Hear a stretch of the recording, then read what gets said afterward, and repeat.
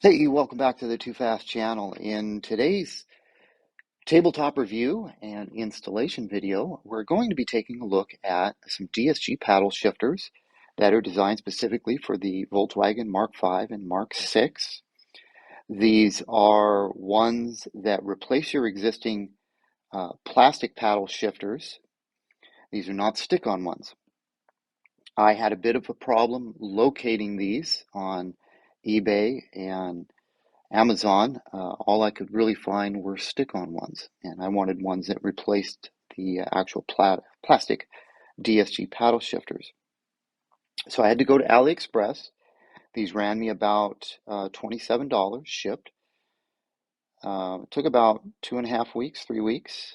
Um, these are available in blue, red, silver, and black. I got the black. The seller has some pictures in the ad that specifically says, hey, these fit only these types of paddle shifters. So that was very helpful because there's three different types of paddle shifters. I'm assuming there's Mark 5, Mark 6, Mark 7, maybe Mark 8. I don't know the other ones, but these are specific for the Mark 5 and Mark 6. And I'm going to be installing these on a 2008 Volkswagen EOS, so it falls into the Mark 5 category. Now, I'm not going to install these actually in the car. I'm going to install these on my old steering wheel so I can do it right here in my display area where we have lots of lighting and I can show you what's involved with doing this. So let's finish taking a look at these. These are obviously aluminum of some sort. They have a matte black finish on them, and they appear to be very well made. They're nice and firm and strong, and you can see that you've got to replace your existing plastic paddle shifter casings with these. Now, if you look on eBay or Amazon, you'll find these, but what you need to pay attention to is this. The Mark 5s and Mark 6s have this little singular circular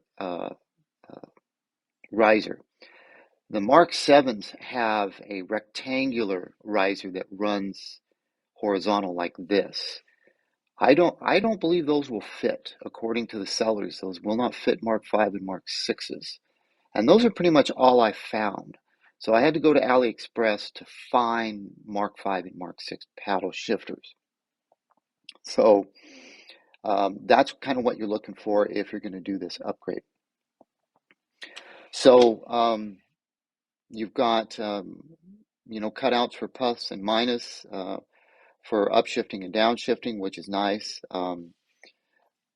Not much else I can say about these particular paddle shifters. I'm happy with the quality of these and the finish. So let me reposition the camera and I'll put the steering wheel up here so we can take a look at it. Okay, so installation of these types of paddle shifters on a Mark 7 are much easier than the Mark 5 and the Mark 6. Well, at least on the Mark 5. I can't comment on the Mark 6. The Mark 5 is problematic, and I'll show you. Here's a DSG paddle shifter. Now there is a roll pin that holds this plastic cover on.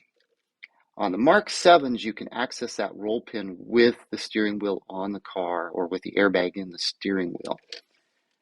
I am unable to access the roll pin for this on this steering wheel. This is the Mark 5 steering wheel. So what you're going to have to do for this process is you're going to have to pop out your airbag. The paddle shifters are held in with a 20 millimeter torx. You're going to have to remove them to install these. Now, the airbag removal, obviously I'm not going to show that part, but removing of the airbag is fairly simple. I'll kind of walk you through it a little bit here.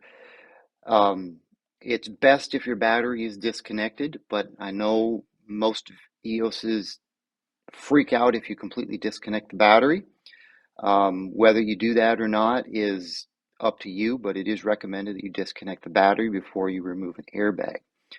For this particular installation. You don't need to disconnect the airbag, so you shouldn't have any problems with any airbag lights as long as you are careful popping out the airbag and maybe having somebody hold the airbag or having it sit somewhere close, because the wiring is rather short, because you don't really need to disconnect it. If you can avoid it, great. The airbag has got two little clips back here, and what you can do, you have to twist your steering wheel around and then get a small screwdriver back here, and there's a little clip that goes over this, and you just pop it loose. Turn your steering wheel back this way and pop it, and the whole airbag will come out. So it's actually pretty easy to pop the airbag out. I did it when I installed my new wheel. This is my old one. So with the airbag out, again, you need a 20 millimeter Torx. You see, I've already got this one removed. One bolt here, and it comes out. You'll have to disconnect the DSG wires. You'll have to unplug these, and there's a little hole right there, or actually you can see it right here. There's a little hole right there. If you're careful, you can fish this all the way through and completely remove it, because you can see on this side, I do have it completely removed. And unfortunately, you're going to have to do that to install these. There just is no way to get access to the roll pin, at least on this steering wheel. Inspect your steering wheel. Maybe yours is designed differently than this one, but you expect to have to remove these. So anyway, with that removed, let's get this out of the way. Let's see, here is the DSG shifter. Now this roll pin, I've already removed it, so normally this would be flush all the way in. You can see, hopefully you can see, you don't have full access on that opening right there.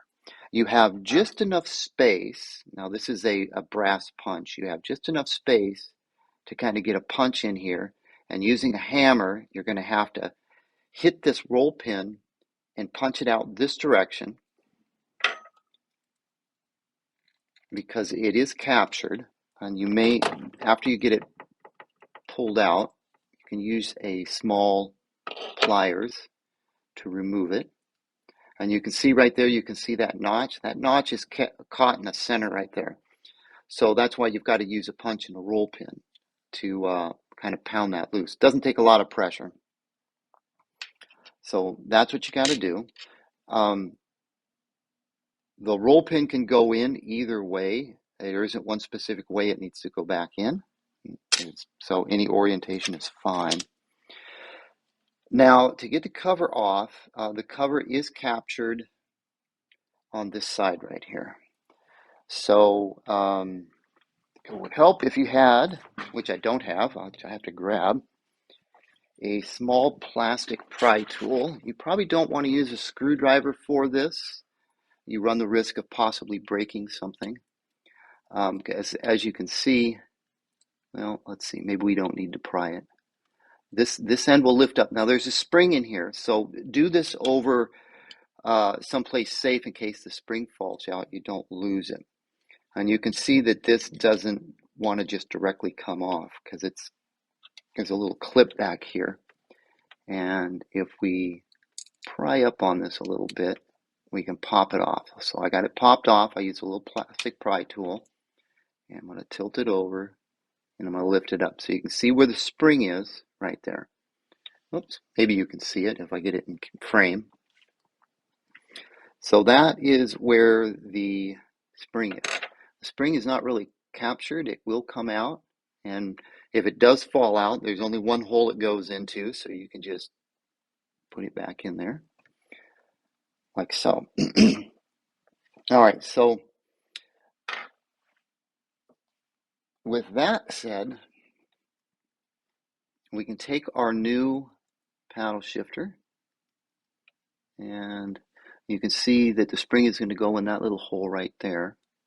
So we get this aligned, and we get the spring in the hole, like so.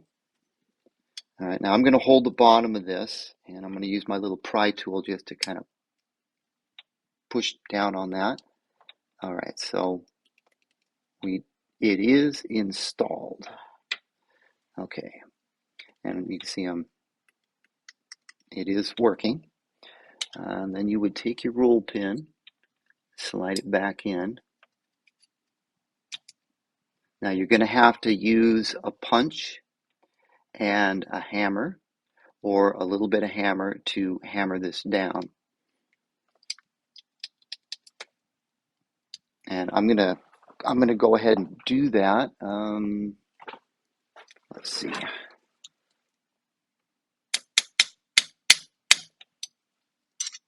I've got a small brass-ended hammer and a nylon-tipped hammer.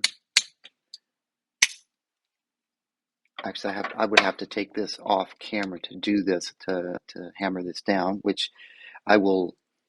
I'm going to set this on my workbench. I'm going to set this edge right here on my workbench, and I'm going to hammer this down so it's flush. So I've got to do that off camera. I'll be right back. Okay, a couple of taps with my hammer, and the roll pin is flush again. You can see that it's flush on that end, and it's flush on that end, and you can confirm that it is working as intended and springing back. All right, so our next step is to put it back in the steering wheel. And I have already test fit this, and I did run into a problem. I ran into a problem that with this switch installed with the paddle shifter, after you tighten it down, it won't shift because some of this metal is coming in contact with the leather around here. So I did a bit of experimentation off camera, and I came up with a solution. I got a couple of little washers right here. These washers are going to go right in here, and what that's going to do is it's going to allow me to tighten down the paddle shifter, but keep the paddle shifter from sucking up against this leather right here. And that appears to fix this particular problem. This may not be the problem in your case if you're doing this on your wheel. That this is just the problem I ran into with this EOS wheel. All right, so let's get to it. We're going to feed our wiring back through the hole right there.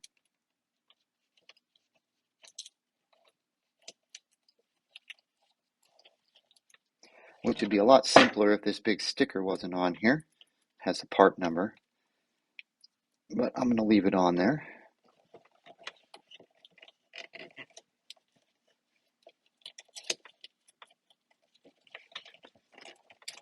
And we're going to just pull that through. All right. Next step will be to put this washer. I don't know the exact size of this washer. I just went into my parts bin and I grabbed a couple of washers and made sure they fit over the screw. So you see I've got the washer right there. And I'll go ahead and put the screw through. And just kind of hold that like so. And let's go ahead and get this back into place. Make sure our wire's pulled. Make sure our wire's pulled all the way through there. Sorry if this is going out of frame here. Okay. And we'll tighten this down now. Now you don't need a lot of torque on this, but I'm going to get this fairly tight. And you can see that it is working as intended. Now without that washer in there, I wasn't able to get this screw down all the way tight. I'd have to leave it a little bit loose. I didn't like that, so I think the washer is the fix. And mainly it's just the way this edge right here is designed. It digs into the leather right there, and it doesn't allow the paddle to move correctly. That may differ depending upon what wheel you're working on, so you may not need the washers, but keep that in mind. Make sure you got some washers handy. So that's basically it. The one step that I can't show because I don't have radial buttons here is you've got to remove your radial buttons, and that's this torque screw right there. I don't believe is that a T20? Yes, that's a T20 as well. So if you've got just a blank filler piece here, or if you have radial buttons here, if you take this screw out, you should be able to remove that. This is plugged in to the radial buttons or the blank. So you unplug this, take your radial buttons out, so you get access to that screw right there. So that's pretty much the process for installing these. Given the amount of effort that I went through to do this, I understand now why most of these that are on the market are attached with 3M tape, because this is much more complicated. But this, to me, is the proper way to do it.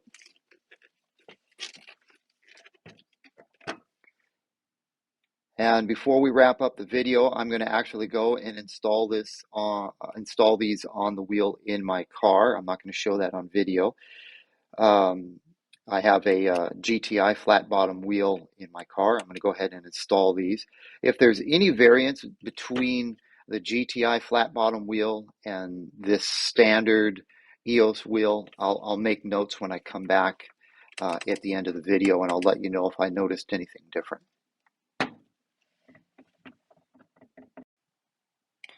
Okay, so I've got these installed actually in the car. Everything went as I expected. I did need to use those washers as little spacers. I did take some pictures though while I was doing this. So what I'll do is, after I'm done talking here, I'll attach the pictures to the end of the video so you can kind of see the process on how I popped out the airbag and removed everything with the airbag in place. It was fairly easy, so not difficult at all. Everything checks out.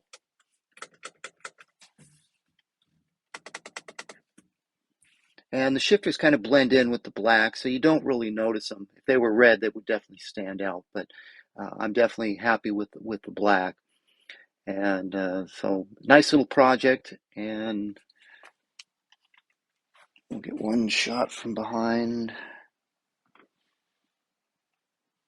Yeah. All right, so that's pretty much going to wrap up this video with covering the installation of paddle shifters on a Mark V Volkswagen EOS VR6. Hopefully you found this information useful for your project. If so, definitely subscribe to my channel for more Volkswagen content. Thanks for watching, and I'll catch you in the next one.